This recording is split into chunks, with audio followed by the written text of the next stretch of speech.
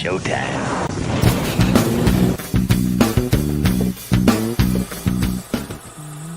Only slabs. Hey there, comic book friends and fiends. It's Rob here for another great wall of comics. It's Saturday. It's Slabber Day. It's time for Only Slabs. That means I have to call Canada. Hey, Canada, can Chris come out and play? Yes. Apparently so. Yeah, he hasn't been annexed yet, so yes, he can. But no, that's right. Yeah, I think Greenland's first on our list. For some strange reason. What the? Anyway, forget all that. That's just silliness.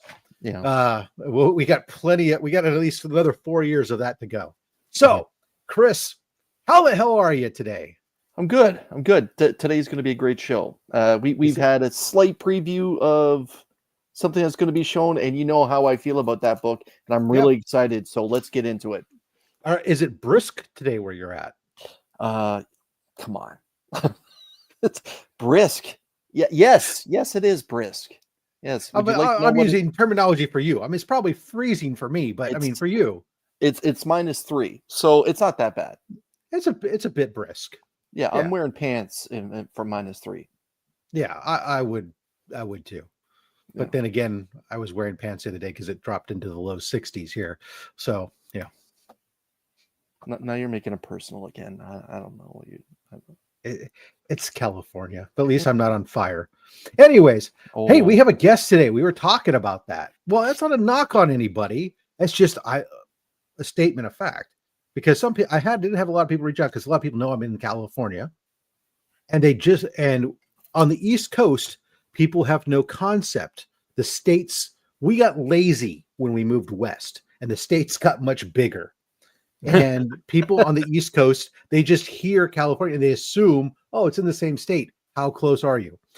Well, the reality of the situation was I was closer to the fires burning in Medford, Oregon, than I was to the fires burning in Southern California by about a mile. But it was interesting. Anyways, our guest today, ladies and gentlemen, Doghouse Comics. Stefan, how are you, sir?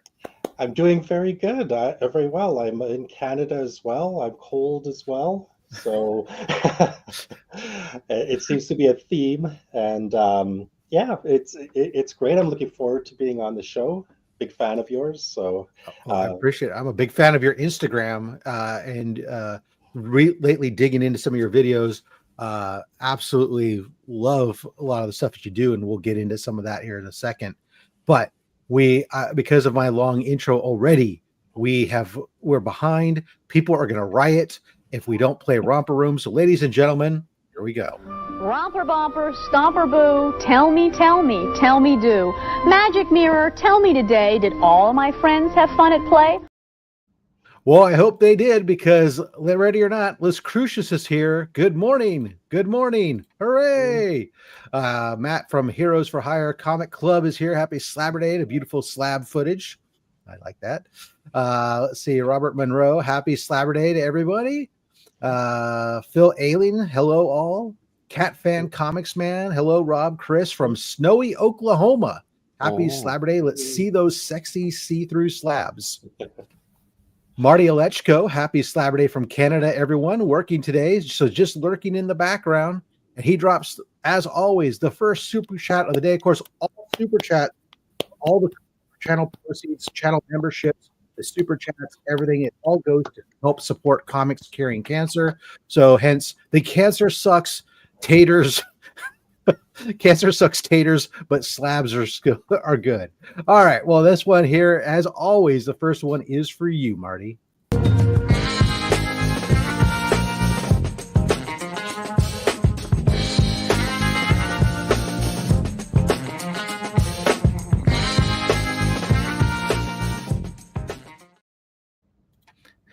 Still only 35 cents. Dave is up super early in the morning in Australia. It is like about 4:30 or 5:30. I can't remember the time. It's either 4:30 or 5:30 in the morning in Australia right now. So thank you, Dave, for joining us.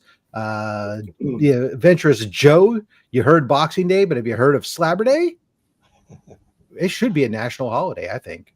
Jedi Batman, hello, hi. Jay knows the way. Sup, my little tater tots. Well, as long as we're not hater tots. Let's see. Wayne Deacon, hello from the old London town. Have a cup of tea and watch the best show on earth. Well, you can have the cup of tea. I myself drinking coffee because, well, I'm not drinking from the bay. That was like 400 years ago.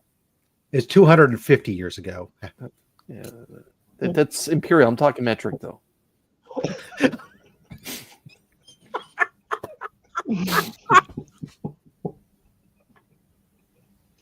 That's funnier than it should be. Oh, Comiverse, happy Slabber Day afternoon, everyone. Brian Barrick, good day all. Cliff on Comics, hashtag OnlySlabs. It's Spapper Day. Stappers. The P is close to the L. I think it's supposed to be Slabber Day.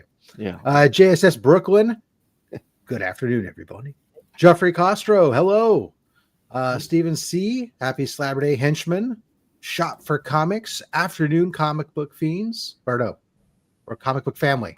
I'm in the comic book fiend club, so I sometimes get things mixed up. I'm sorry. And Steve, in case you didn't know, the henchman thing, our channel members are henchmen, so that hence the henchman reference there. Well, we also have the goon squad at the higher level, but I have to explain things, and it's a way to quietly drop the channel membership at the same time. Chris, this is called being a professional, even though I don't get paid for this. So, anyways, I have to put my schooling to work.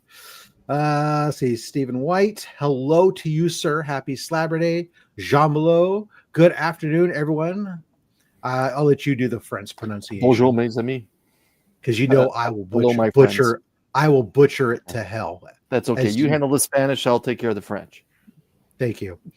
Timo Hana. Mahalo, everyone. Good thing about bad weather. I'm home and watching OnlySlabs. Nice. He's usually at work and unable to be able to join us during the live. So that's good to know. Oh, check this one out. Mad Spidey dropping the $14.99 super chat. Aussie Goon Squad representing. Absolutely. Thank you so much. I'm going to get you a better one than the one that was up next. Let's go. Here you go. You can get the one of the newer ones.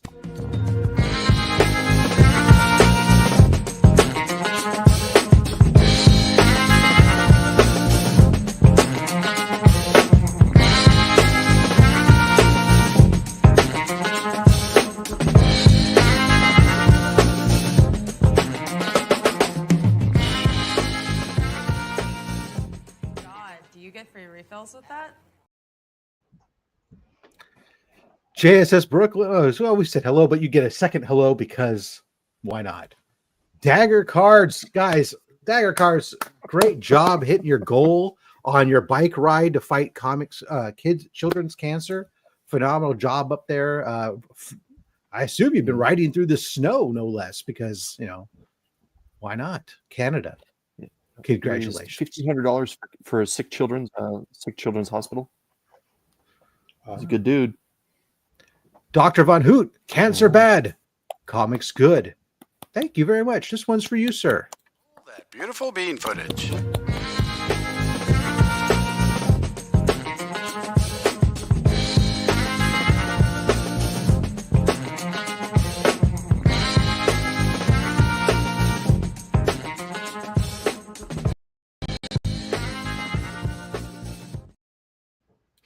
Kenneth Bird.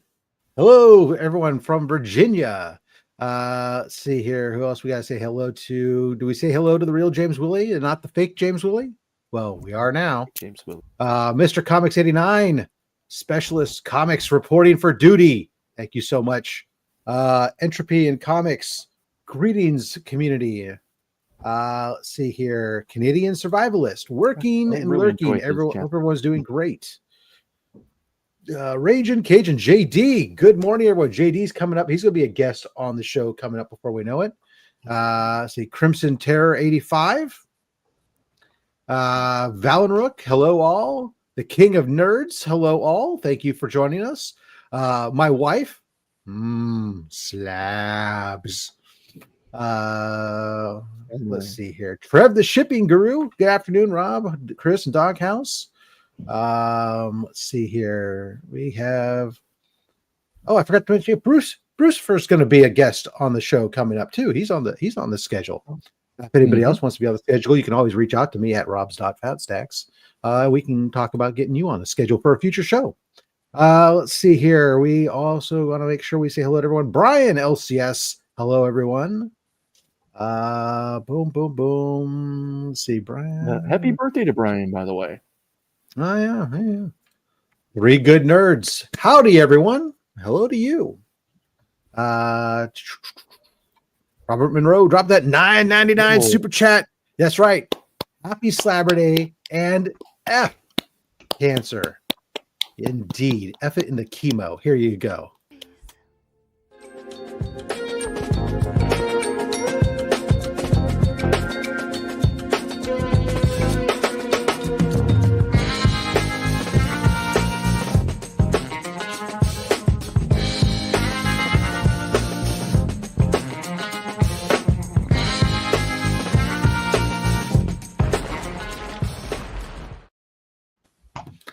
Kid Comics, what's going on, guys? Kid Comics, make sure you check out his stuff. Great. I love watching his take on older books. Yep. Phenomenal. Make sure you're checking him out. He just showed off a bunch of stuff that's available at his local LCS. He's educating himself quite well in the history of the American medium. Great. Let's see here. We got Evils. Mike, how you doing? Thanks for coming on by. Hello, everybody. Let's see. We'll make sure we get everyone. Let's see.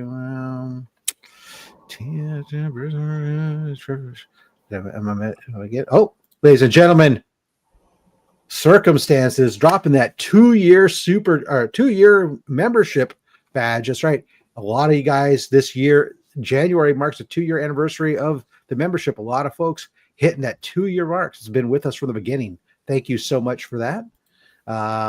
Let's see here. I think maybe everyone's saying hello to everyone. Ryan Riley, what's up, cool people? I think he's talking to the Canadians there because it's not as cool down here. But he might be. Ladies and gentlemen, Triple G Comics, thank you for joining us. Hello, Papa Wheelie comes in. He says, cancer bad, fire's bad, but comics and big jugs are good. What you don't know is he buys his milk by the gallon. He's a big fan of milk, hence the big jugs. I don't know what you're thinking. He likes big jugs. That's right. And he cannot lie. He cannot lie. Papa, this one's for you.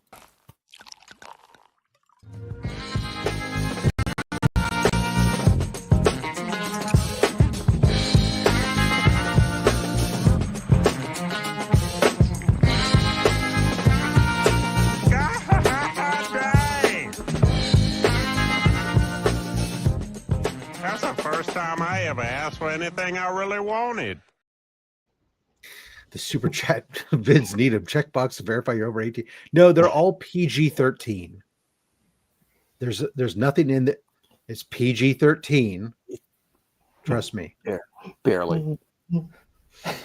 Cat Fan Comics, man. He's been here for 18 months, dropping it to say hello. Let's see here. The Adventures Joe dropping his 9-month. Thank you. Almost a year. Yep. Thank you. We appreciate you. Everyone's going to start somewhere. Why not start today? Hit that membership button. Enjoy. Help support our fight against cancer and support comics curing cancer. All right. Let's see. That's another little segue. I think we've said hello to everybody. If I missed anybody, I deeply apologize, but it's perfect timing because we are now 14 minutes in the show. Let's let's hide that comment. Let's make Stefan big. I can remember how to do this. Here we go. Yes, there we are. Welcome to the show once again. Hello. As you can tell now, we're slightly insane, but that's okay. Or at least I am. Chris is the sane one, I suppose.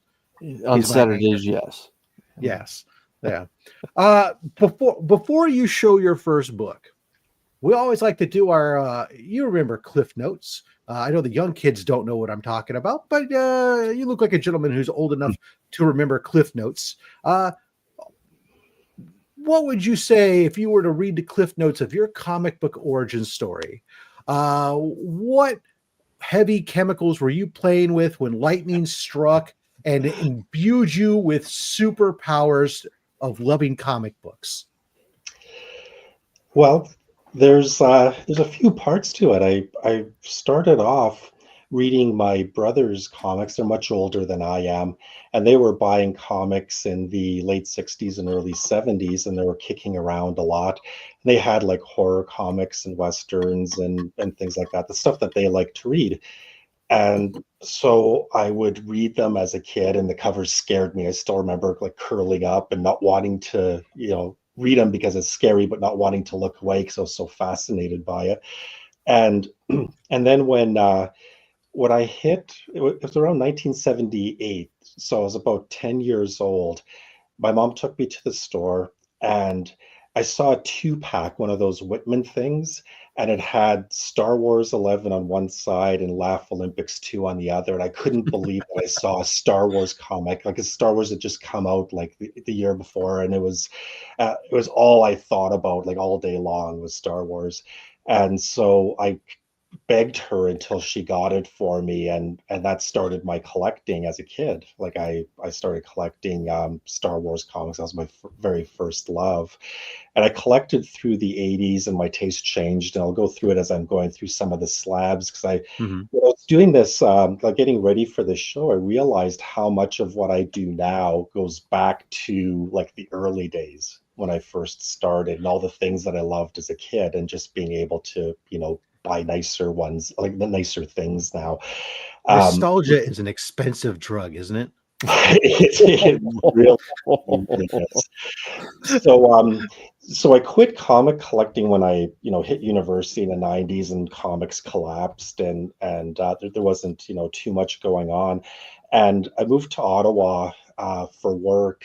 And I was going through my comics trying to decide whether to sell them off, because I had a few boxes from when I was a kid, and my daughter saw them, and she was really curious. I started taking her to the comic store, and then it built from there. I rediscovered the hobby, and that was it was 2017 that I kind of got back into comic collecting. And I want to do like one thing extra beyond the comic side, because my daughter's a part of this story too. She's an oncology kid. We're an oncology family, and so it, like, when I saw that you do fundraising for cancer, like, that's just, it warmed my heart right away, and it made me want to be definitely want to be a part of all of this. That's fabulous. So fabulous. Terrific. All right, let's get into it before the people riot. Let's show them. Let's give them a little something, a little taste of what. Deep breath, everybody. Sure. Deep breath. So I mentioned that my brothers had horror comic. I've got a couple of stacks of books that I just selected to show off. So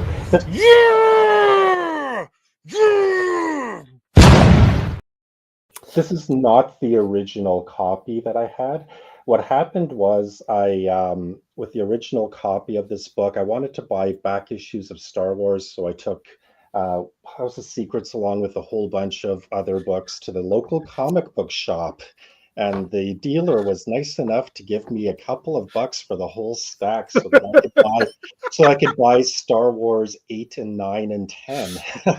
So yes, I learned a very valuable lesson that day, and I've never sold comics to a comic store. And I don't mean to diss anyone who owns a comic store, because you have to pay the bills too. But yeah, that was my first and last time to ever do that.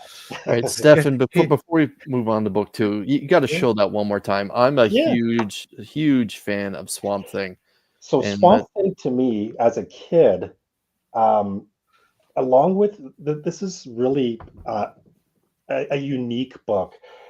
It has one of the best covers. I don't think anyone can argue that it's one of the best covers in comics. There are posters made of this cover, but also the story is one of the best stories in comics, and that combination you almost never see. Like, there are comics where, and I've got a couple of them in these stacks, where the cover is amazing, and you want to display the slab copy. I don't even know what happens in the comic, and I don't care because I just bought it because the cover is so good. But this one is one of those examples where the comic is the inside is just as good as the cover. Yeah, Fabulous. Yeah, that's You one got hell of a way right. to get us started here. That's for sure. Yeah. A lot of So, love. A lot of people excited about that book. well, I mentioned that my brothers they had all these sorry they had all these scary comics, and so I fell in love with like 70s horror comics. I still collect them to this day, and so this is one of my there. Wow. So this, Slow down. so you got some Blade going on. Yeah. Oh, I'm sorry if you didn't know, we kind of when I played the little clip, it kind of went over, cut your mic off. Sorry. Sorry. Yeah. So first Blade. I've got like a huge I got boxes of them underneath the table here. I ran out of bins for them, so they're still in the CGC boxes. But I'm trying to fill Tomb of Dracula, Werewolf by Night, all in 9 or above, like the complete runs of both of those series. Can we take a look at? I'm sorry. Can we Yeah. take a look at a little bit? Yeah. Hold it up there for a second. Yeah. I mean, this is a That's 9-4. Holy Toledo, kids! That's a book that it was funny. Like it took off, and its market correction was like a little pothole, and it started going back uphill again. That's a fabulous book. So Yeah. you said you're going to try and work on Tomb of Dracula and a 9.0 or higher. So what you're saying is you don't like money, and the fact that you're in Canada, you really don't like money because you're gonna have No, to you pay. see what he's saying is that he's in Canada. He doesn't have to pay for his own health care the way that we do, so he can afford. Yeah, the Canadian dollar, American dollar is going to make him wish that he can pay for his health care. That is just, my God, man. But Well, a night for first Blade, like kudos to you, man. Like 5.5 for Swamp Thing, 9.4 first Blade. Like buckle up, everyone. It's going to be one of those kind of shows, like Morg said. Yeah. The first Blade, like the Tomb of Dracula 10, this one I actually got it in a collection, and it started off in about the 7 range, and I did a lot of work. I went through about 5 presses, and I took out like tons of creasing and pencil and stuff like that, and that's where it ended up landing. Also at a spine curl that I corrected. And so that's how I kind of get around the pricing. Like I do crack and resubs and boost the grades, or else I get them raw and fix them up. And it is what it is. Chris, we need a game here, and we'll start this around. Chris, do you want to venture to guess if you wanted to acquire a 9.4 slab right now, what that would run you? I will give you a hint. Okay. It is 3x less than a 9.6. Wow. Okay. Yeah, actually, Well, about that's a I'm sorry, big gap. about 2x less than a 9.6. So I got 2x to a 9.6, and it's about 9 times less than a 9.8. Okay. So okay, I'm gonna give That's that logarithmic scale. It's definitely Right. not linear, but okay. Mad Spidey's coming in at 850. Oh, you're Yeah, I wrong. saw that. I was thinking a little bit north of that. I'm just gonna Let's just say that I feel like I'm going well. I'm going to give you another hint. Yes. If Okay. 850 was the U.S. Canadian border, Mm-hmm. it's closer to where people don't live in Canada. Okay, so yeah, I was thinking north of 850. So, well, and yeah, well, it doesn't take. Yeah, there's a whole lot of Canada above where I am and where Stefan is as well. Screw it. I'm just going to go with an even $2,000. You'd still be low. $2,000 will get you about a 9.0 roughly. This 9.4 is going to run you anywhere between. Last one sold, it's on cover price anyways, was in August of 2024 at $2,760, but they put the FMV around 20, and they put the FMV about 2,900, based on a 9.6 sold in November for $7,000.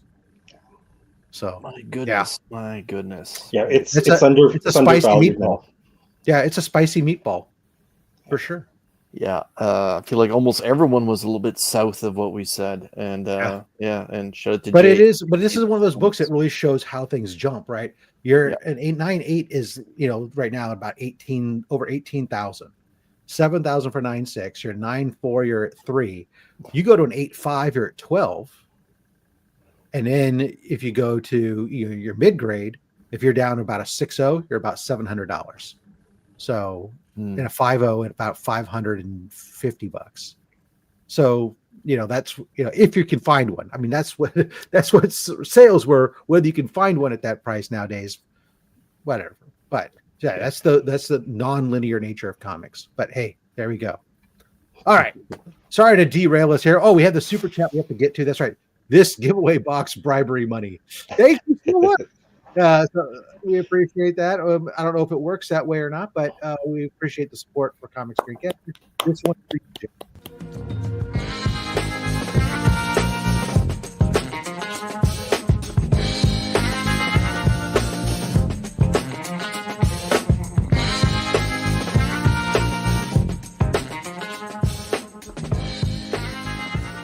I'm very conflicted about how I'm supposed to feel watching this. Of course, that's 100,000 in Canadian. That's Yeah. about 50,000 in Australian dollary dues. Jaguar, hello. All right, let's rock and roll. Next up, Continuing on with the 70s horror, my second last one. This is a Werewolf by Night 32. It's yes. But here's the interesting thing about this. There's a rip in the cover. This is a 9.6 book without the rip. Right. And so it's like a 1/4-inch tear. So I prefer this copy to copies I could afford if I wanted to buy a new one. Right. Yeah, so that is my PC copy of Werewolf by Night 32. Moon Knight was one of the first one in the early group of comics I started collecting as a kid. So the tear is like about a 1/4-inch. Yeah, between an 1/8 and a 1/4. It's like right in that. Yeah. So as the lock was going, only a 6.5. Yeah. See, it could be a perfect book, and that's the thing we talk about with some of these things is there are certain things at CGC that will set the cap, no matter what else, no matter how perfect the book is. If you got that tear that's in that range, you're capping out at about a 6.5. You have a sub crease, you're capping out at a 5.5. If you're doing, there's certain things that just it is what it is, no matter what. Foxing on a book, no matter how perfect it is, 9.2 cap. Yeah. The collection I got that from had a Werewolf by Night 33 that I had graded, and it was very similar. Like they were next to each other in a pile. They're just stacked together. And that one landed at a 9.6. So that's why I figured this one would be a 9.6 without the tear. And when I went through the collection, I still remember thinking, like, you couldn't have torn the 33 instead of the 32. But you don't get to pick. There you go. Yeah, no, absolutely. And last out of the horror ones is Neil Adams signed Vampirella. This was not something that my brothers collected. This is more, contemporary me getting back into comics. I always wanted one of these, so I ended up. Oh my! Yeah, we've been fortunate enough to have a handful of Vampirella ones on this show, but I'm positive that is the first yellow label Vampirella that's showing up here. Definitely no other Neil Adams signed one, that's for sure. Right. Yeah, he did the some of the artwork on the inside. He's not even the first name listed for the author. He's like I think the second. So for art. So I don't know how much of it he did, but he became more known for the Vampirella stuff later on, and he sells some of it on his website now, I think. Yeah, but it's people are loving it. A lot of fans of Vampirella and Neil Adams. Probably fans of Neil Young too. But it's the Canadian theme. Yeah. All right. Oh my goodness. Woo. So moving past that, I mentioned that Star Wars was the first thing that I started collecting, so I just brought this one out for my PC. because Boba Fett, you got to have him. I've been trying to get. I've got my original Star Wars comics in my PC as raw, but I've been trying to get a Star Wars 1 that I can bump up to a 9.8, and I keep getting 9.6, so I roll them back. That's a hard book to get a 9.8 on. It is so brutal. I've taken a half dozen from 9.0, 9.2, 9.4 up to 9.6, and I've never gotten a single 9.8 in it. I'm just trying to get right now. I've just been trying to get that first 6 books and get them all 9.0 or higher. And Okay. I keep having problems with freaking book 3 for some reason. Is it either 3 or 2? I don't know. One of the either 2 or 3 where I just can't get freaking above an 8, and it's driving me freaking bonkers. It's like I'm just gonna have to freaking cough the bullet up and just go buy a one that's already slabbed, save myself some money. Dengar underrated. Well, everyone what's underrated in that book is also the first comic book appearance of Yoda in that book too, in 42. So, and I think the Emperor, or is the Emperor the issue before? One or the other. Well, anyways, but Boba Fett gets all the love because when we were kids, he was badass. Oh yeah, everyone wanted Boba Fett stuff, even though he appears in the movie for like very small amount of time, but it was all the whole thing fell of in love with it.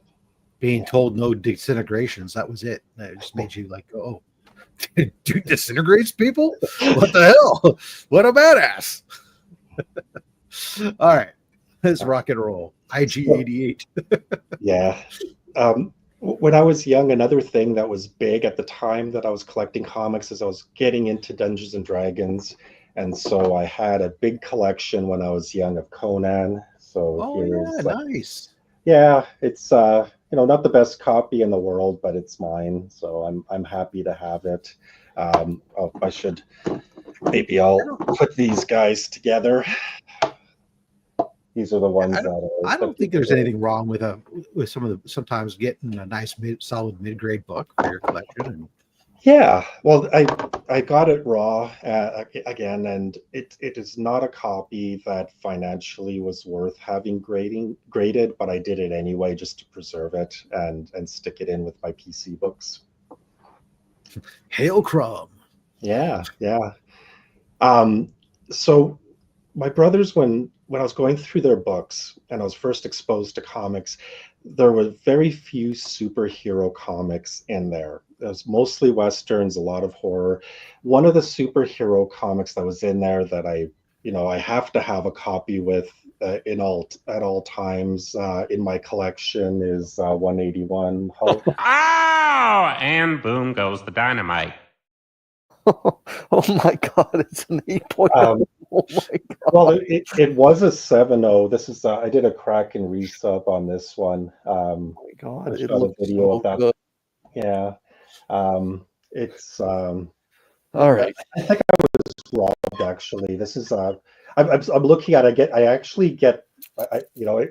People are happy to see it and stuff, but for me, I actually get angry every time I look at this book because I look at it and this is an 8.5 all day long, and I don't like to disagree with the senior graders. I think that at CGC there's a lot of variation for moderns and low price books, but when you get up into the unlimited value tier, they're typically really strict and solid, and I saw that as an 8.5, so I was just a teensy bit upset at that.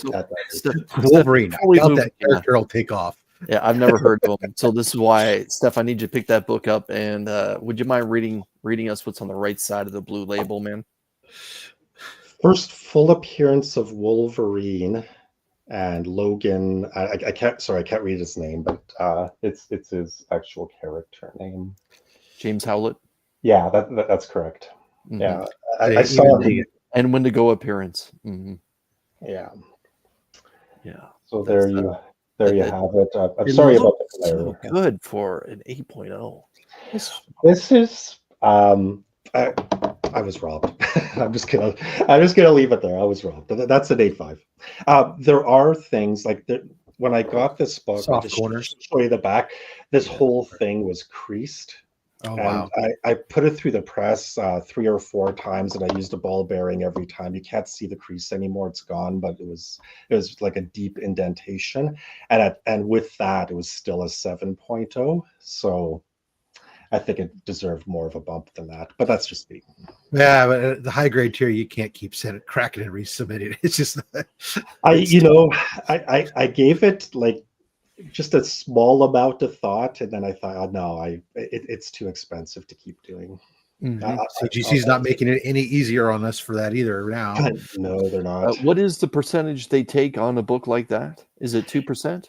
It's 4%, but 4? it depends on your tier level for your membership. So if you can get like 10% off or whatever percent, depending on what tier you pay for your membership. Yeah, if you're elite, I think it's like 20% off now. But Yeah, of course, they just raised the rate on elite, the cost of being an elite member too. Everybody is focused on the grading costs and didn't notice the stealth increase on the membership cost.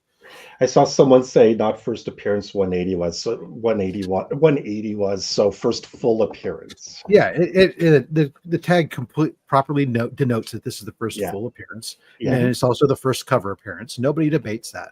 Yeah, I think that the market kind of decides on what they're willing to pay more for. So if you look at the relative values between the two, you can see where most people land, and then people can debate, and that's totally fine. Like talking about think comics and debating is part of the hobby.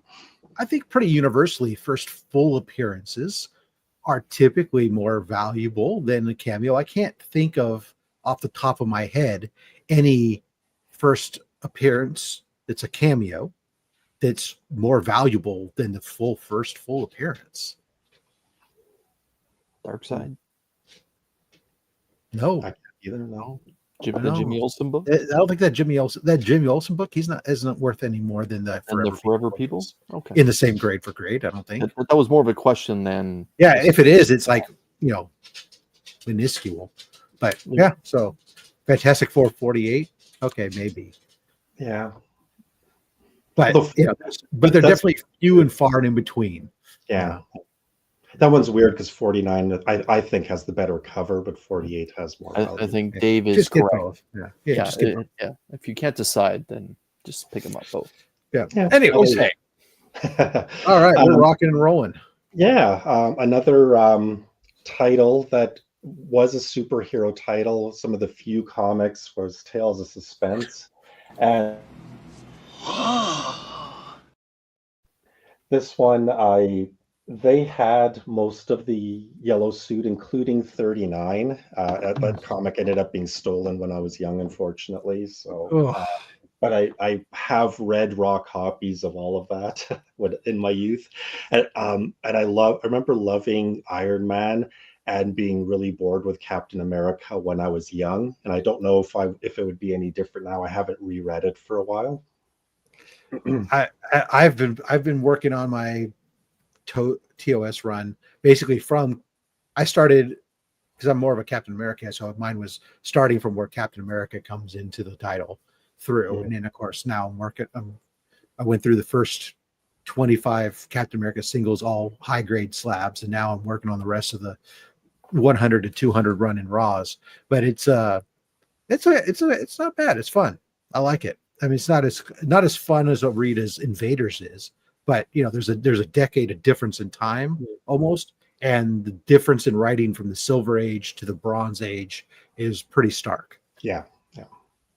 So the way that carried over, I mentioned that a lot of my current buying reflects before. So I just buy 9.0 or above copies every once in a while when I see one that's reasonable. I don't blame you. The TOS for the most part, most of those books, they're not that expensive for a 9.0. I mean, I've been picking up mid 5.0 to 6.0s just because they're like $50 to $60 most of the time.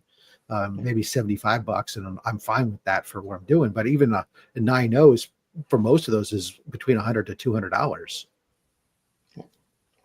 So my first superhero love, like I collected Star Wars initially, but the first superhero comics that I fell in love with were Fantastic Four. And that started with my brother's comics. They had some early issues. All right, let me get the media ready because I have a feeling I'm going to be hitting the banger button. No, well, this is an okay one. Okay. Yeah, this is a good book. I like this one. Stan Lee signed. And good placement on the surfboard. Yeah, Right. Yeah. yeah, that's a good placement for the signature. They had 48 and 49, and the problem with 48 and 49, I had those when I was starting getting back into comics, and those are hard to hang on to because you could use that to buy so many other things if you want to. So I've been looking to replace my copies, and plus I wanted higher grade copies than the ones that I had. But Fantastic Four, when I got back into collecting, it was to buy, like to fill out my Fantastic Four run. And I got to within 5 issues of having the entire first series as raw comics, mostly raw, but a few graded mixed in. And then I thought this is just too much of a tax on my collecting. Like I wasn't able to do other things that I wanted to do with it. And so I ended up selling them off, unfortunately, and so this is one of the ones that's kind of left over. A question for you on that is that like I've sometimes attributed to like the dark side of collecting it, when you start collecting a run, and I don't know if this is what kind of tied into, you just become it becomes consuming, and you become focused on that, and it's too easy to then find yourself maybe either overpaying for certain books because you're so hyper focused on working that run, and also to miss out on other opportunities that are out there because again you've got your blinders on looking at this. Is that what kind of caused you to give up on it? Or that was a part of it, but I think the biggest part was the ones that were left were really, really, really expensive. Like number one was in Canadian in Canadian dollars was 10,000 and up. Number 5 was shooting up through the roof. Number 4, like those are 3 of the issues that I had left, and I looked at what it would take for me to buy those, as opposed to selling off like everything, calling it a day, and then being able to buy like all sorts of other stuff. And I actually have never regretted that decision. I got as close as I could to filling out the run, but at the end of the day, I'm happier with a wide variety of comics than with just one title. Yeah, that's fair. Yeah. Necking Futz, I would argue that depending upon the grade you're looking for, because having just completed a fully slabbed run of ASM 1 to 100, it is possible to do. Yeah. But, I have a lot of low grade in that first 10 books for sure. Yeah. It's like this one. It's, one of the holdovers. You could get like cheap copies, except when you get to number 1 and number 5, and they just aren't cheap, even as cheap copies. Yeah, no, I mean the most I've ever spent was on my ASM 1 on a comic book, and even though it was a great deal, it was like $1,000 below FMV. It was still by leaps and bounds the most expensive book I've ever bought, and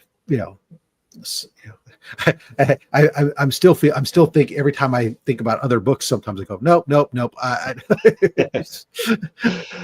Well, the closest I came, like number 4 has that famous Submariner thing, so yeah, I bought this instead. There you go. Like that's a cheaper, cheaper way to go.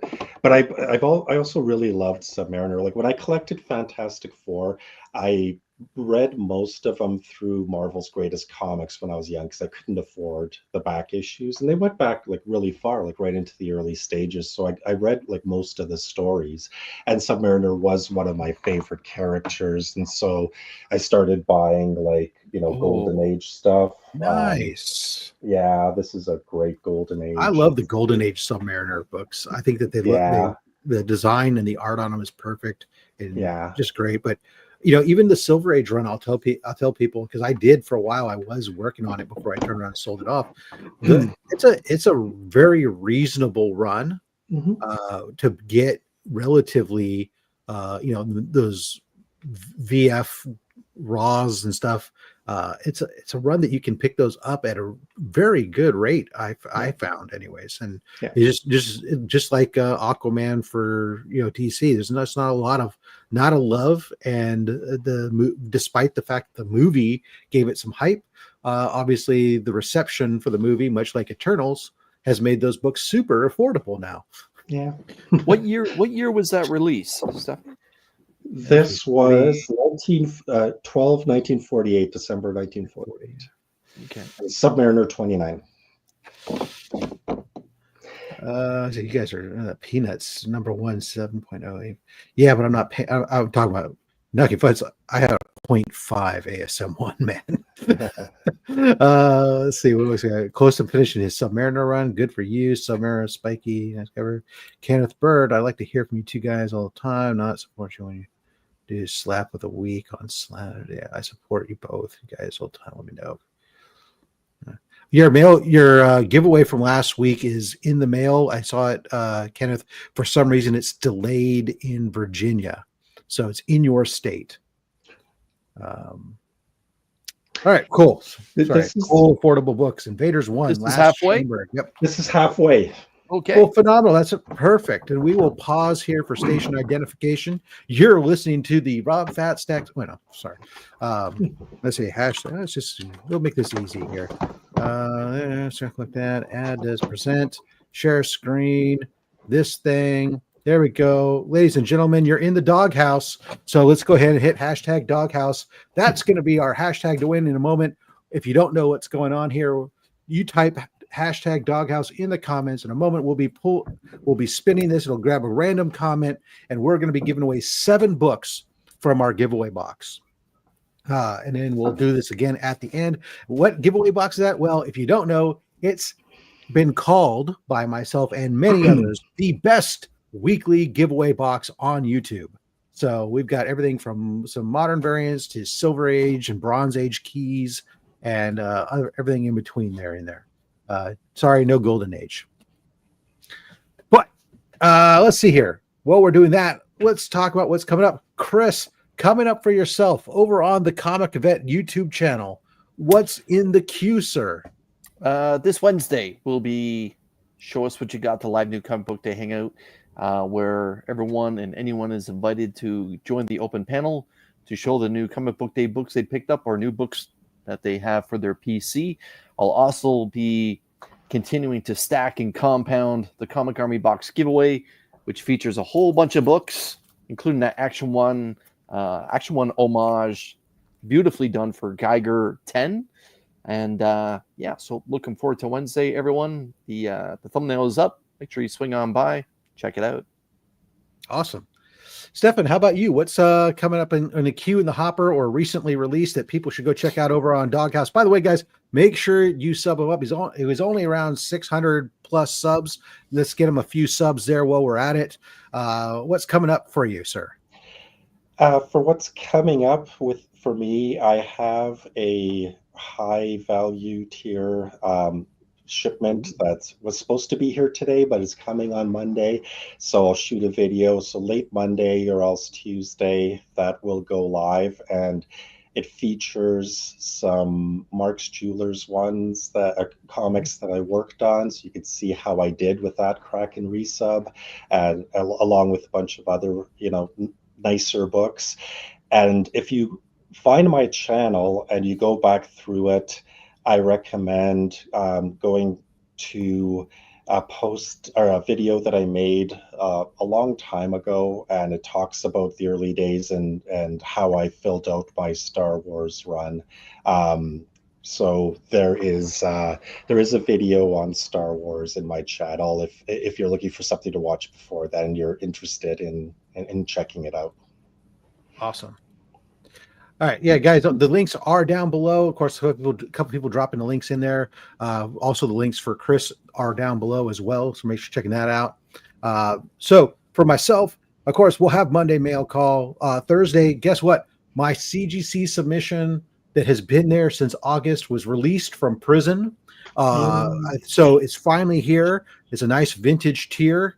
And so I'm excited to crack those open. That means the books that I've been waiting that missed both our mid-year top 5 and my end-of-year top 10 finally are back. Chris is happy now. But yeah, so those, we're going to find out what that first Werewolf by Night, what that first Black Widow are some of the books that are in this submission. So that'll be fun to check those out. And of course, if you hadn't seen it this past week here, we did also have a little video, an extra special video on Wednesday, because you just haven't had enough of people reacting to CGC's price increase. I gave my take, a little bit different view on it, not so much focused on just this year, but looking at the macro. What have we done with 4 years of consecutive price increases? Where were we 4 years ago, and where are we today since BlackRock took over this company? All right. We got 70 out of 85 people have entered. Last chance to get your entries in. Keep in mind, we do ship globally. So if you're international and thinking, oh, he won't ship to me, that's not true. I will take care of that for you. While you get your last chance to get that hashtag Doghouse in, let's recognize the Goon Squad members, our top tier channel members who support the channel month after month and supporting comics curing cancer. That is, of course, Stephen C., Legion of Comics, DJ Links, Dr. Von Hoot, Dale of Suspense, Justin Birch Letters, Circumstances, The Comic Vet, Austin LeMay, Mad Spidey, Collecting with Durs, Chuck Hensey, Lone Eagle, Comiverse, Deadman, Anachronic Comics, Colossus Collector, JG, Timo Hana, Still Only 35 Cents, Cliff on Comics, Bearded Comic Bro, Never Could Figure It Out, The Adventurous Joe, Jay Knows the Way, Valenrook, Omnibo, and 1063 Comics, who, by the way, 1063 Comics will be our guest next week here on OnlySlabs. All right, let's go ahead and see who gets it. Ladies and gentlemen, say it with me. Wheel of Fish. It's a UHF reference if you're too young and don't know. You don't even know what UHF is. There, Gerald Yates. This is like is that a Seahawks fan? I don't know. Anyways, Gerald, congratulations. I know in the top of my head, I have never sent you anything. So, important piece of information for you here. You're going to need to, do I not have, holy cow. I just realized that we don't have the display names. There we go. Make sure you reach out to me on Instagram at robs.faststacks or send me an email at robs.faststacks@gmail.com with your ship to information so we can get you your books. Now, watch your back. Thank you. Stefan, you're going to be picking the books for Gerald. So what you're going to do is we're going to pull 7 books from here. You're going to give me either a number of 1 through 10 from the front, 1 through 10 from the back, or we can just do back to front action, let the finger ride until you tell me when to stop. And then you tell me whether I take the book in front, behind, or on either side of my finger. Okay. 4th from the back. All right. 1, 2, 3, and 4. Got it. Okay. Next. 4th from the front. Okay. 1, 2, 3, and 4. Okay. All right. And right where your finger was, go around the middle, go down right there. Yep. Okay. Front or back or both? Both. Yeah. And then just let it run? Just let it run. Stop. Okay. Front, back, or both? Back. Back okay. only. Okay. And 2 more books. 2 more. All right. Let's go closer to the front here. Right there. Front, back, or both? Front. Yep. Okay. 1 more book. All right. Right there. Yep. Front or back? Front. All right. I hope I did good for you. Mm-hmm. Mm-hmm.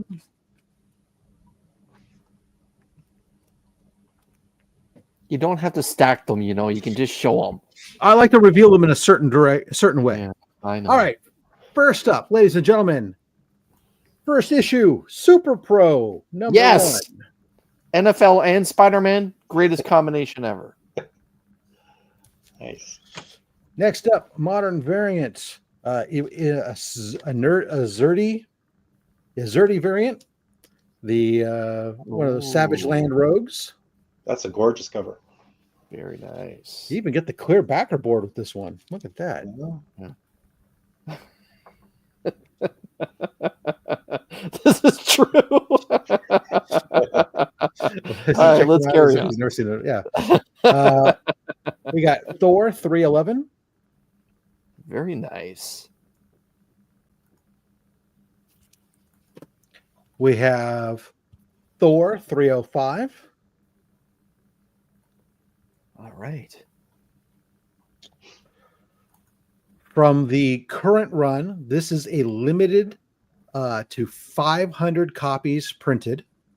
It is Transformers issue 13, Virgin variant featuring Devastator. Woo! That is a nice book. We have the first appearance in cameo of Cindy Moon's ankle. First is first, Rob. That's right. And last but not least, this is a first appearance of the second Union Jack, Brian Farlesworth, plus a backup story that reprints the original first appearance of Namor from Motion Picture Funnies Weekly #1 that was originally published in 1939. Wow. I can dig that. That's a good giveaway Nice. book. All right. Yes. So there you go. All right. Congratulations. Reach on out to me. We will get those books out to you.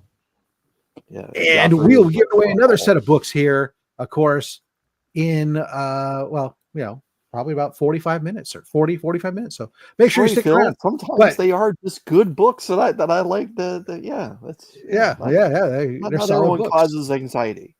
Yeah. But there's a lot of anxiety already. People do love to watch you. Yeah. All right. 7. Yes. Solid first half. You've got us reeling. We're on the ropes. How are you going to finish us off here? Well, I'll start with a bit of a story. And when I love that. When I started collecting, I went through a lot of the books that I had that were, ones that my brothers owned and I read. And in the late 70s and early 80s, I started visiting comic shops. And during that time, my brothers never owned X-Men comics, but X-Men were huge. They had the I've heard that. I've heard that a few people like X-Men. It was so big at the time. People loved the new X-Men team. The old X-Men issues actually were going dirt cheap. I remember seeing up on the wall X-Men 94 was going for more than X-Men 1 at the time. But you won't see that now. Like, you have to go back like decades for that. So so my next book is one that I always wanted as a kid, but I never managed to get, and it's this one, 130, which is first Dazzler. I owned the Dazzler run. I bought them off the newsstand as they came out, but I never had this. So this was basically fulfilling a lifelong. Hold on. Okay. So again, this book has been on nothing short of a roller coaster ride over the last 2 years with the filming of Deadpool and Wolverine. Yeah. And this is a 9/8, in my opinion, rarer direct copy. As you can see the lines going through that little barcode right there. And like Rob and I often talk about, like, the direct copies in this era may have been a little bit more short printed versus the newsstand stuff, but a 9/8, this is incredibly tough to get in a 9/8 because of all the black that's on that cover. And by the way, Stefan, would you mind flipping around that book? Just that white gets really dirty. Yeah. Really quick. There's also a manufacturing tear that's on all the copies and stuff. Yes. They're also relying on the graders really knowing what they're doing. And I had a 9.8 newsstand copy that I cracked and resubbed and ended up with a 9.8 on it, and I kept this one instead. So I totally am with you with this being the better version. If you're playing the drinking game at home right now, for the amount of time that I say rarer, you should be crap faced at this point. You have rare, but then you have rarer. Okay.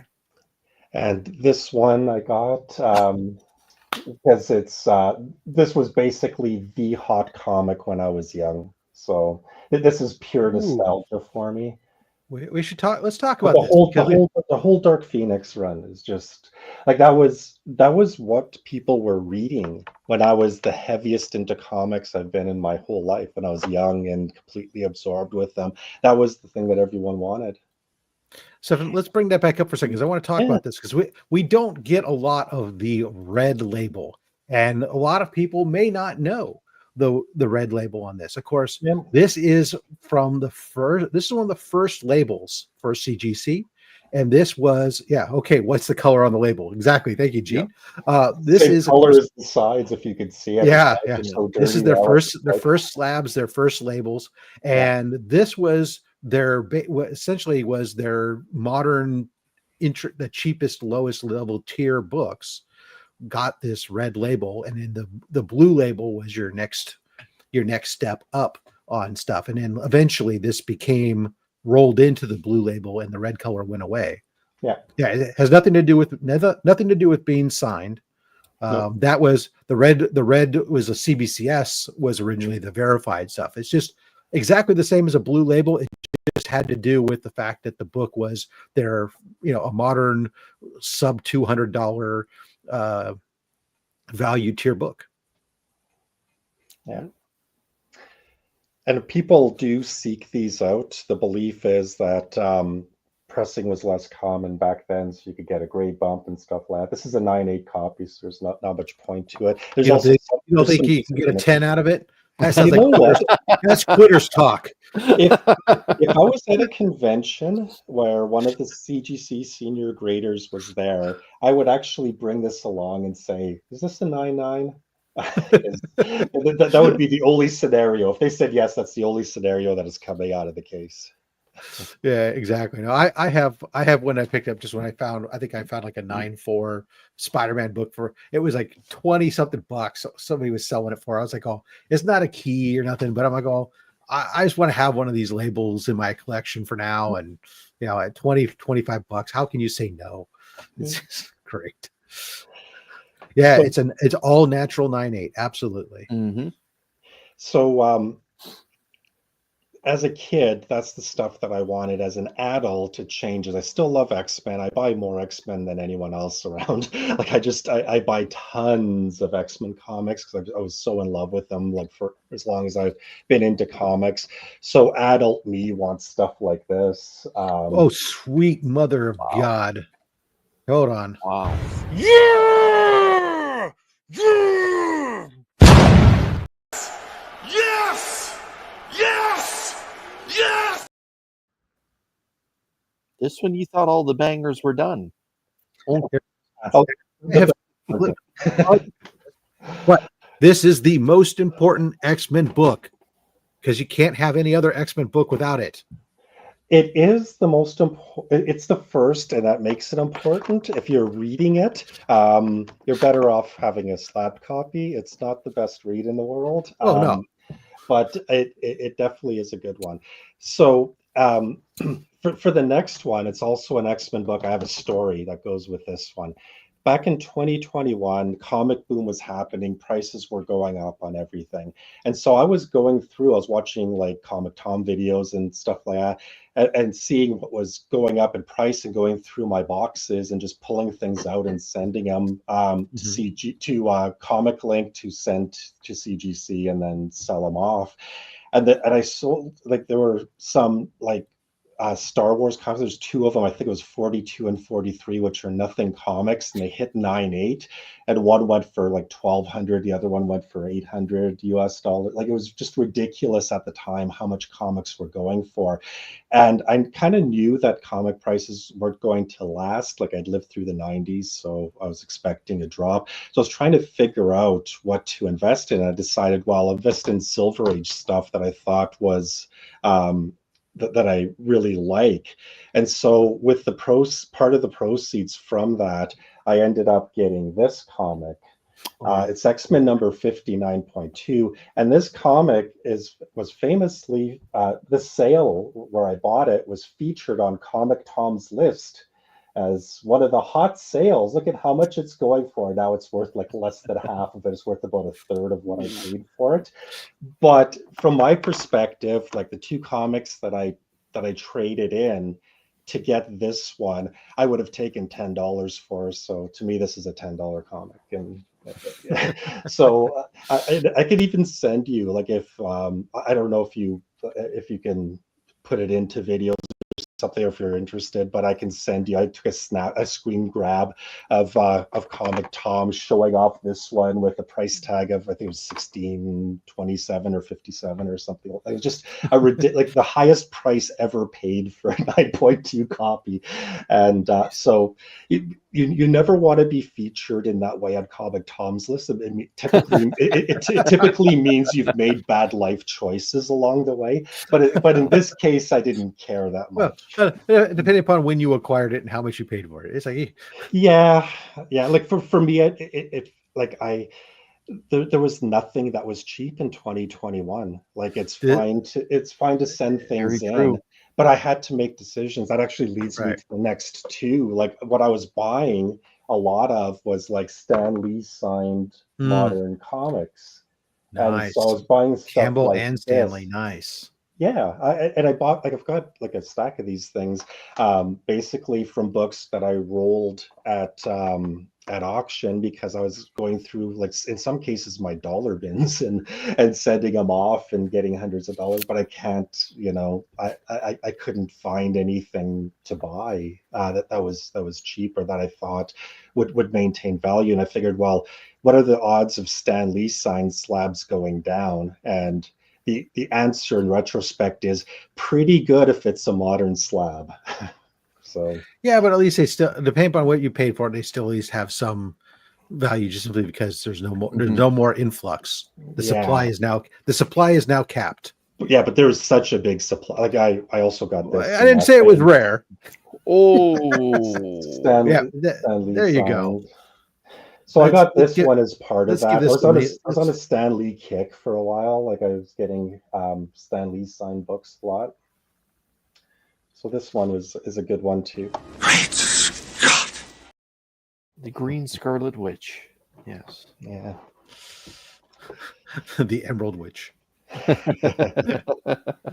Which witch is which? Which witch is which? Scarlet Witch, and they make her green. Like, come on. I didn't buy much between 21 and 22. There you go. All right. Yeah. All right. So one of the things that I loved the most reading as a kid was Teen Titans. Nice. I was a teenager. They were teenagers. They were superheroes, smartasses. Like, I see the connection. And it was fabulous. And so there's a story here. Like, I took my Teen Titans comics, like, on fishing trips and stuff like that. They were beat up to crap.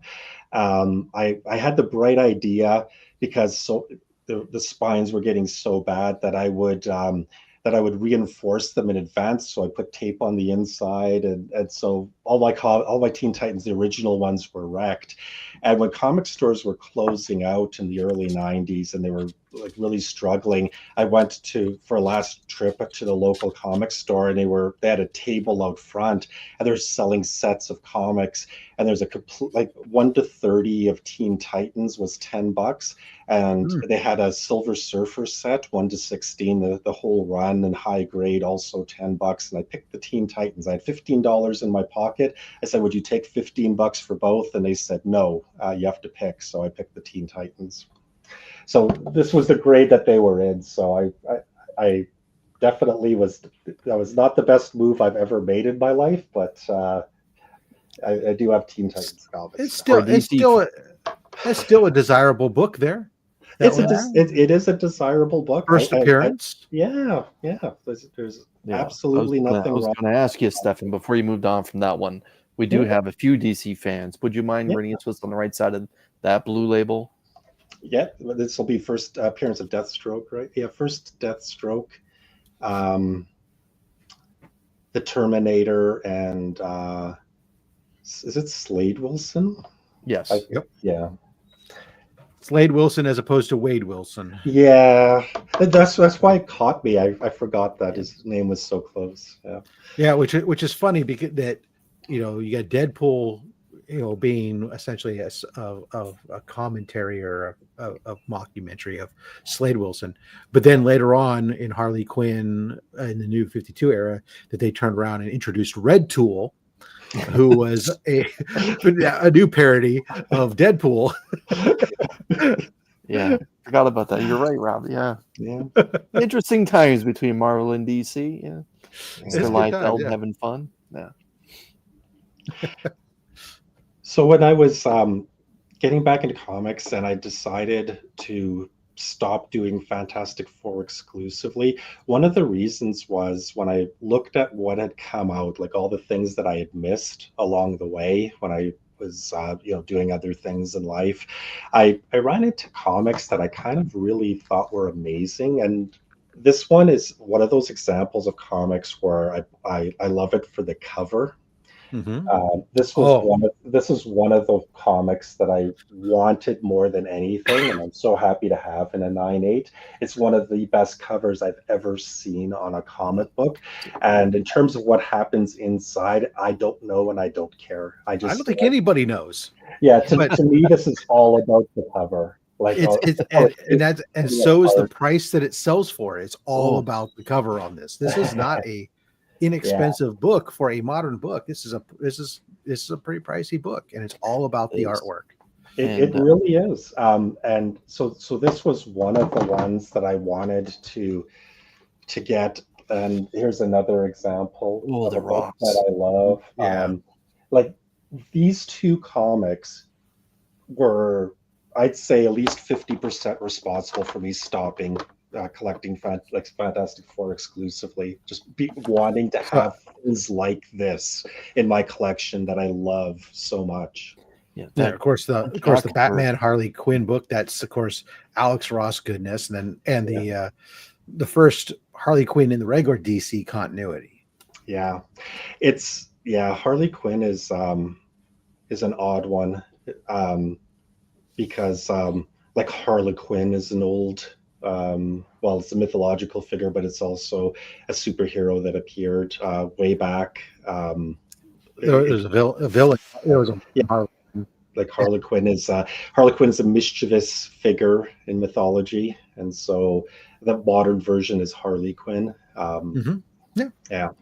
Well, it was also Harley Quinn was also kind of a clown and a jester and stuff in medieval times stuff. So hence why they used that name and stuff to bring it into the old to be the counterpart to the Joker in the animated series. But of course, the character just became far more popular than anyone had expected, and became from a one-off character into a reoccurring character in the animated universe, to then making its way into the regular DC universe, to eventually leaving the Joker and now being an anti-hero who is aligned with the Bat family, and of course one of the biggest LGBTQ characters now, with the relationship that's going on with Ivy. There's a great comeuppance, man, when Harley, like in the Harley Quinn series, like when she confronts the Joker, when he tries to get her back, and she leaves him duct taped to a chair in the middle of a street in the middle of traffic. Just she's become iconic, a modern icon in today's pop culture. Phenomenal. That's awesome. And just so I don't leave out that I am still buying Silver Age things that I love. I have a thing for these old yellow covers. And this is a fantastic copy of Aquaman 49. It's one of my like dream books. Like I love this so much. And I do have most of the Aquaman run, so I do collect the comics. It's not that they're like absolutely amazing reads, but they're good enough. Like, you know, the covers though on that early run, those Nick Cardy covers and stuff, is so gorgeous that like, and so underrated. And it's something like even I consider I've ignored them for so long, and I've sat there and said, I should start to dabble in some of these, because these covers are just so brilliant, and they're really a really good value compared to other silver value is really good. I do have one complaint, and that's Aquaman #1 has fire breathing creatures underwater, which is kind of well, but I mean, it's comic books, man. Yeah, it's like there's a lot of things we could talk about happen, especially when I'm into sci-fi books. We could talk about all kinds of things that happen in space that make no sense, like people breathing in a bubble helmet, but they've got short sleeve shirts and a dress on in space. I mean, come on. Sure. We do have to recognize still only 35 cents drops to $10 10 Australian dollar super chat for supporting Comics Carrying Cancers. Great selection of books, Stefan. Entertaining show. Absolutely. Let's see. We did that one. I think where am I on this? I think look at the wrong section. We did that. This one's for you, Dave. Bet she gives great helmet. Kiss me. No.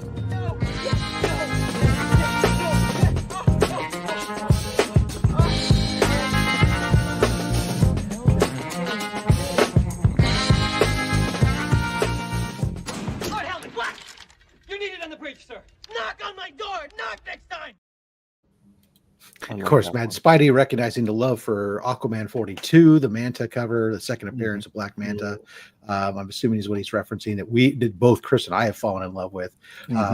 Burke Fam 54 dropped in to let us know that it's actually morphine time. He always forgets the E, but that's fine. You dropped that. Excellent. Yep. Yeah, it's morphine time. See, even Mad Spidey knows. That's how we do. That's how we play it here. All right. Let's bring it home. I got 2 left. Excellent. They're not the huge comics, but they're important to me. One of them important to us.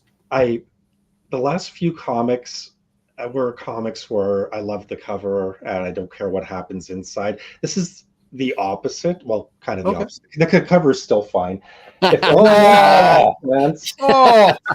anyone has a chance, when I got back, because I was a Star Wars fan, one of the first things I started doing was buying Star Wars. And this Darth Vader 2015 series is one of the best things you're going to read. Like, definitely pick it up. They're cheap. They're not expensive. Doc Afra is an underrated character. They're like, I can't believe that Disney hasn't done anything with her so far. There's so much potential there. But even without that, like, the comics themselves are amazing, start to finish. Pick up the 2015 run if you want to get any advice from me. Like, if you want to be entertained by comics, they're so good. I have argued, and I've said over and over again, that the Star Wars run, since we've come back, since the 2015s when they relaunched all these runs, the Darth Vader runs, whether it's Volume 1, Volume 2, even Volume 3, have been consistently good throughout. Probably the most consistent book. It has been a great read. And of course, Dr. Afra, real close second there. The Dr. Afra volumes 1 and 2, phenomenal. Chris and I are both huge fans of the character as well. Of course, how can you not be a fan of the supporting cast? Those droids. Even better. Yeah. Triple O. But yeah, Vader Down was pretty good as well. Yeah, absolutely. So phenomenal. We love it. Okay. Big fans of the Dr. Afra. So my last book, it has a story behind it. So I'll tell the story first. At the height of the pandemic, someone was selling an Edge of Spider-Verse 2, and I was just setting up my press, so I picked it up and I was practicing, and The Edge of Spider-Verse was the third comic I ever pressed. I'm kind of weird in that, like, unless there's pressure, I don't do well. So I figured the only way to learn pressing is to put comics. At the time, is like more expensive comic than it is now.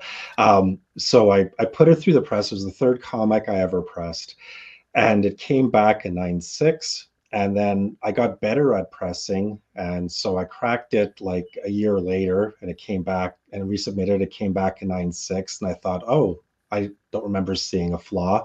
So I cracked it and resubmitted it. It came back in 9/4, and I was thinking, what? And so I cracked it. I did not press it at all from a 9/4. Like normally, I'd put it through like a fast press, like just kind of not work on it. But just because I know it's handled at CGC, like just to take off any handling wear. And so fourth time through with no press from a 9/4 to a 9.8. Yeah, freeze frame. Yeah. Oh yeah.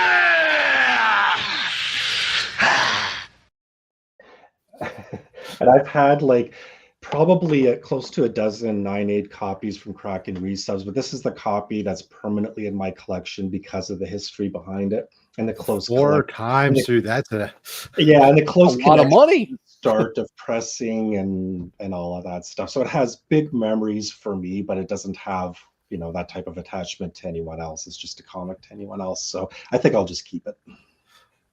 Yeah, nobody cares about that book, anyways. Well, everyone loves Gwen. Come on, they don't care $2,000 worth like they used to. No, this is true. It is definitely not a $2,000 book anymore, but it is still a great book to have in the PC in a 9/6 or 9/8 even. Even a 9/8. Yeah. Silliness. That is a phenomenal setup there, sir. Thank you very much. Guys. I forgot to have it running during the second half, but damn it, make sure you hit those links down below and give Doghouse Comics a follow, both on Instagram and on YouTube. Check out his videos, his crack and press resubmits and his unboxings. He's got coming up another set of high value books he's talked about coming up this week or so. So give him a sub and follow and hit that notification bell. While you're at it, we've got one down here too. You can hit that notification bell, hit that subscription button, hit that join the membership, whatever you want. We'd appreciate that. Of course, when you do that, 100% of the wrong button. 100% of the channel revenue goes to support Comics Carrying Cancer, all the membership merch, super chats, etc. So support the channel and our fight against the true villain, cancer. Of course, if you don't do your own comic book pressing and need a presser, you can check out the roguetraderutah.com. Use the code FATSTACKS at checkout and get 20% off your pressing. Plus, through our partnership, when the code is used, $10 is donated to Comics Curing Cancer. All right, let's acknowledge our henchmen, and then we are going to do our next giveaway.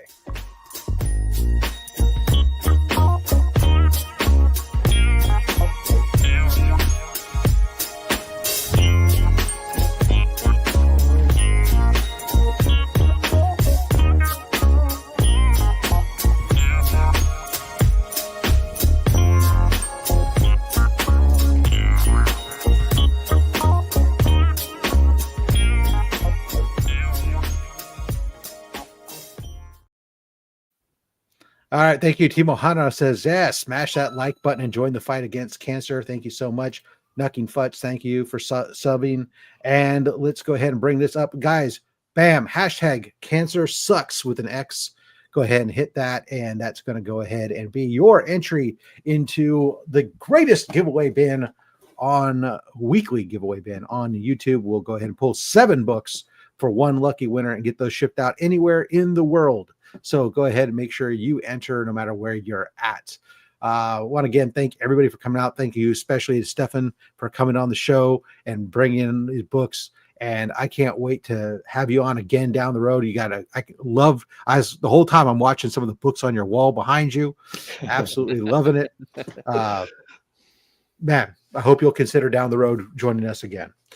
Definitely. Guys, guys, again, if you're interested in being a future guest on Only Slabs and you've got at least 20 slabs in your collection, you can reach out to me on Instagram at robs.fatstacks or Gmail, robsfatstacks@gmail.com, and let me know that you're interested and we can discuss when we can get you on. Right now, we are booking guests for, I think I have one spot in March, and then we're doing April.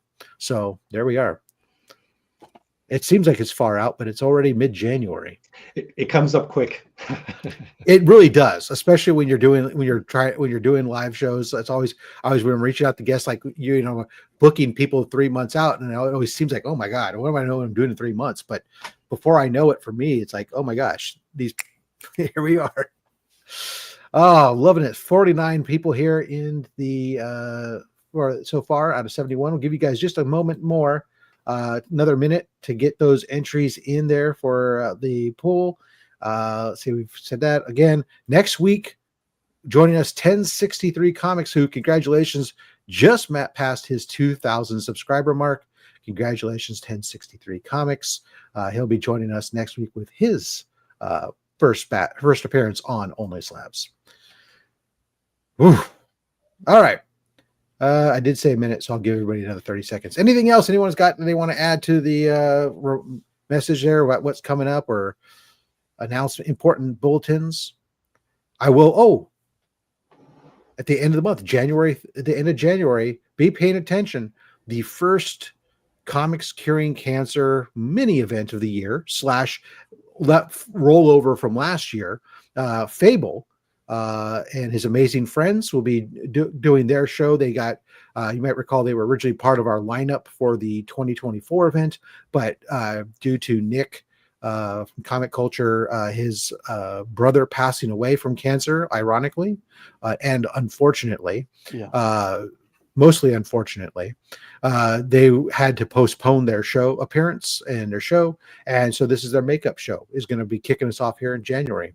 So be paying attention for all that so you can join Fable and his amazing friends for the first micro mini Comics Curing Cancer event, fundraising event for us. We did knock out 2025. We finished at $57,800 for the American Cancer Society. So thank you guys all so much.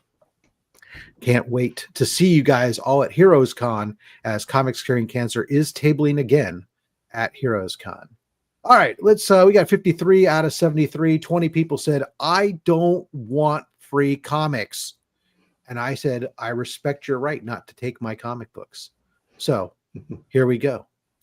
Round it around, where she goes, where she stops. Well, the internet knows.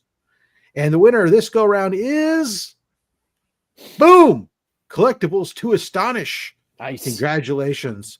Again, make sure you reach out to me on Instagram with your ship to information. If I don't get shipped to information, the books stay here. All right, Chris, watch your back. You know the story.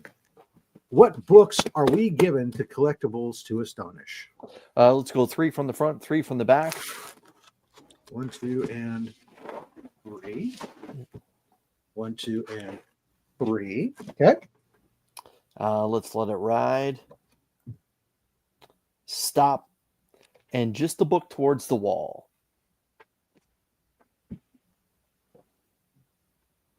Okay. Let's let it ride. And stop. And those 2 books. Hey, I got it. No, I didn't. I thought I got it. Okay. All right. Stop. And those 2 books, Rob. I don't like the fact you're laughing, but all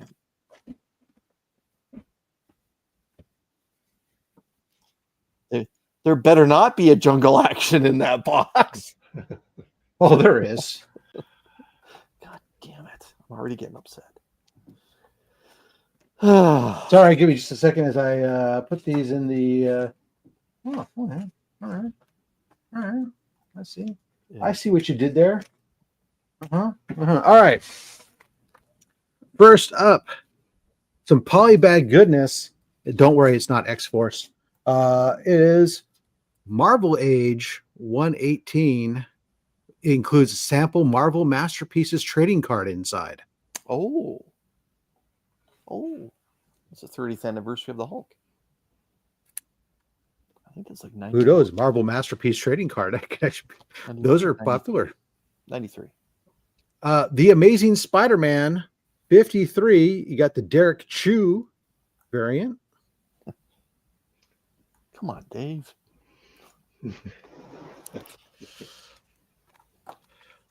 This one, obviously, a reprint / facsimile. We have ourselves Batman 140, or Detective Comics 140, rather, featuring the first appearance of the Riddler. Can we get our body to contort that way? If you can't, JR can. It's very, very true. The shin bone wraps around the Yeah. corner of the wall. Yeah. How about Spider-Man Unlimited number 1? First appearance of Shriek. That's an interesting giveaway book. From the Rebirth here, we have the issue number 1, the first issue, Harley Quinn. Is that a cover A, Rob?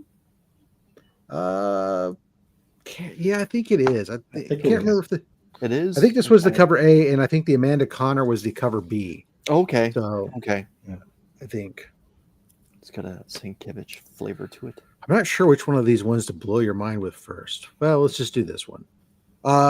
Ladies and gentlemen, I can't remember. This is a minor key. I can't remember what the key is. I forgot to write it down on this one, but Strange Tales 121.